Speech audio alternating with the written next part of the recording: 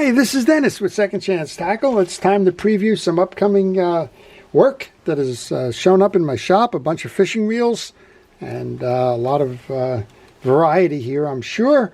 And we're going to take a look at what we will be working on in the coming week. And we'll see which ones of these will make it to video. So I would ask you before I start that if you enjoy these kinds of videos, if you like to see how fishing reels are serviced and repaired, how to teach you how to do it yourself, and how do you keep your reels maintained for a long time to come, well, then I encourage you to subscribe to my channel. And if you do subscribe to my channel, please use the notification button. That'll let you know when I'm posting the videos. And, well, if you see something that I don't plan to do a video on and you would like it, well, leave that in the comment section. I'll see if I can get to that as well. Well, the first one up is a reel that a friend brought me. It is a Penn Spinfisher 712. It's in the box. The box says it's sold for $24.25. Well, it's in nice condition, but it doesn't turn. It's totally seized up. Now, my guess is this reel hasn't been used in a decade or two or three, although it does have some relatively modern line on it, but you just can't move this reel. So we're going to do a video on that. We're going to see what's the cause of that. We'll see if we can get it back together again, and see if my friend will be able to use that one fishing, which is what he intends to do. All right, well, I always get a little weary when I see fishing reels shipped to me in these little bubble wrap bags. I think there's a better way to do it. It's putting it into a box, but some folks try to do it that way. This one came in from Dave up in New York. It's a Mitchell. It's a Mitchell 308. It's a Mitchell 308 with a bail that's been removed and a spring that needs to be reset. Well, these 308s are fine fishing reels, and we're going to see if we can't get this one going again for him. Just listening to my click there, trying to figure out what that is. But we'll put that back on. We'll try and do a video. I get people all the time asking me about the 308s. They tell me that they struggle with them. We'll show you how to not struggle with them, how to get that bail back on, and we'll service the reel while we are at it. Now, this one I opened up earlier. This is from Bradley, or Brad. He sent me two reels, also in this bubble wrapping. He sent me a Shimano Dakota 600. It's a little bit of an older reel, and this one's well, when it's in gear and it's cranking, the line guide's not moving. So this is typically a case where we have a bad idler gear. That's the plastic gear on the side plate. That's not the gear side. It transfers the power from the spool, which drives that gear, to the worm gear, which is a tracked gear that drives the line guide. Well, generally speaking, if your worm gear is not moving, you don't have to worry about a bad or a damaged pawl. You have to worry about what's driving that gear, and that's a plastic gear on this side. So we'll take that apart. I suspect what we're going to have to do is order one of them and then put that one back together again. Well, the other one he sent me is a Quantum Iron. This is a nice reel. This is a round bait casting reel. It kind of mimics a Calcutta from the Shimano standpoint, wide frame. It's a 6.3 retrieve, and I've had these apart. They're very nice reels. But I think this one's just in for a tune-up. I think it came along for the ride with the Dakota that needs to be repaired, and we'll do them. I do have a video in my library on the Quantum Iron, so I don't think we'll be doing one on that, but I will check.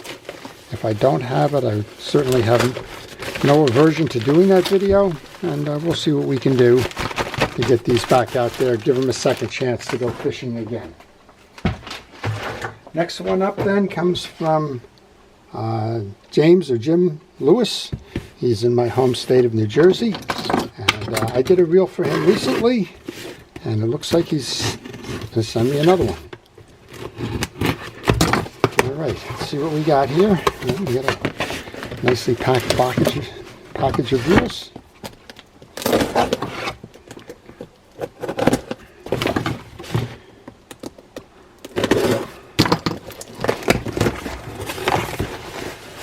And well, it's going to be Going to be fun. I just did one of these for the 110N. This is the Damn Quick 110. Doesn't look like we have a forward. Oh, there we go. Well, something's really amiss on this one. It's not driving at all. So we got a lock up there. We'll find out what's going on there. It may or may not be repairable. And we have a Mitchell 3800. We don't. And we have a Garcia 3800. Anytime I see the 3800. So what happened here is that Mitchell went out of business. It went out of business largely because Garcia no longer distributed their products in the U.S. Garcia got stuck in a little bit of a bind where they needed reels, and they started making the Mitchell reels, but they couldn't make a Mitchell Garcia reel because Mitchell was out of business, so they took on the Mitchell name. This one is it's a 3800, but it mimics the Mitchell 308. And this one was made in Japan, so probably do one on that. I don't think I've done one of those videos, so we'll see if we have the time, and if we can do it, we will. We had a lot of reels come in now, so a lot of folks are starting to realize that the fishing season is upon us. And, well, they just have some reels that need to be serviced. And this one comes in from James. He's in Illinois. The box says Sedona 4000. Let's see what we have. And we have another Garcia. It must be Garcia Day. This is the Garcia 3000. And again, you can kind of read into this, right? It's basically the Mitchell reel, the Mitchell 300. They added the 0 on it. It's no longer carrying the Mitchell badging, although a lot of the other stuff reads that way. And this one is made in Japan as well. So we're going to see what we can do there to service that and to get that one out there fishing for James. Funny how some of these things work. Every now and then you'll get a series of reels that just kind of keeps coming, like Mitchell's. All of a sudden I'll get a bunch of shipments in that'll all be Mitchell's, and another time it'll be all Penns, or the majority of them will be Penns, and then we'll turn around one day and it'll be Shimano's or whatever. That's kind of fun. It sort of makes it different. All right, this one comes from John, and he's got a reel that needs to be fixed. So let's see what reel he has.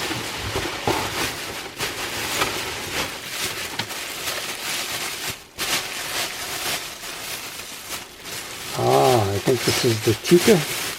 Yep, this is the Tikka Gemini. I've done a video on these. And, well, this one's seized up. Well, this ought to be interesting.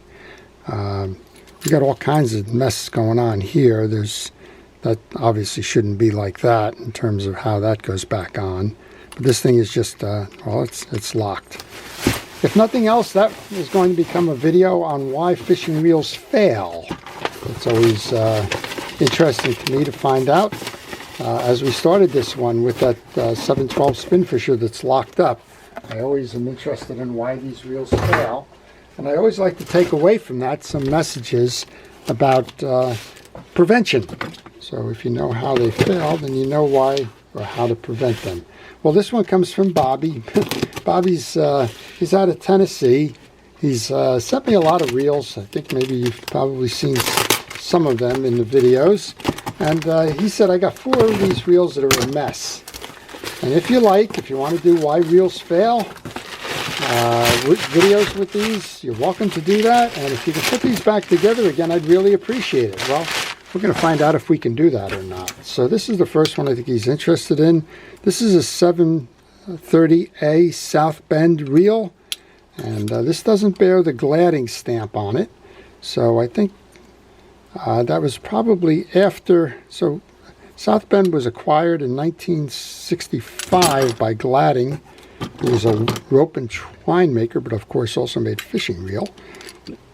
Then you saw South Bend Gladdings.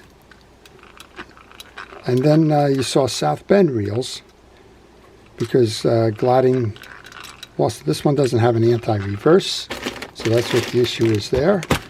And we got one here that's just the Reel in a Bag project, and they're all rusted, and I'm not sure we're going to see anything back with that one. This is a Rodimatic. Now let's see if we can do something with that. This one is uncertain, but again, another reel in the bag on a small bait caster that may not be worth doing. And here's our other one. This is a Shakespeare, and I think he said the bail is bad with this one. If the spring is in there, we got a chance. If the spring isn't in there, I'm not sure if we're going to be able to set that. The spring would go on this side here. This is the Shakespeare 2200. I see the bail in there, but I don't see the spring. So we're going to have to see if we can do anything with that. But at any rate, maybe we'll do a section on how did these reels get that way. And maybe we can find a spring for Bobby in the process. Well, that's just a handful of the reels I've got. I got a second one, and I don't want to take 25 minutes to share all of those on one. So I'm going to do a part 2 of this. But for now, if you saw any of these that were in the works and you would like to see videos on how to service and repair them, please leave that in the comment section. I'll be happy to try and do those videos, time permitting. To our first responders and essential personnel, thank you for everything it is that you do to keep us safe. Truly do appreciate everything it is that you're doing. To everybody, take the time now to tune up your rods, get them ready for the spring season, get those reels serviced, and before you know it, it'll be time to get those lines wet. So this is Dennis with Second Chance Tackle, wishing everybody a great day and great fishing if your season is already started. Thanks for watching.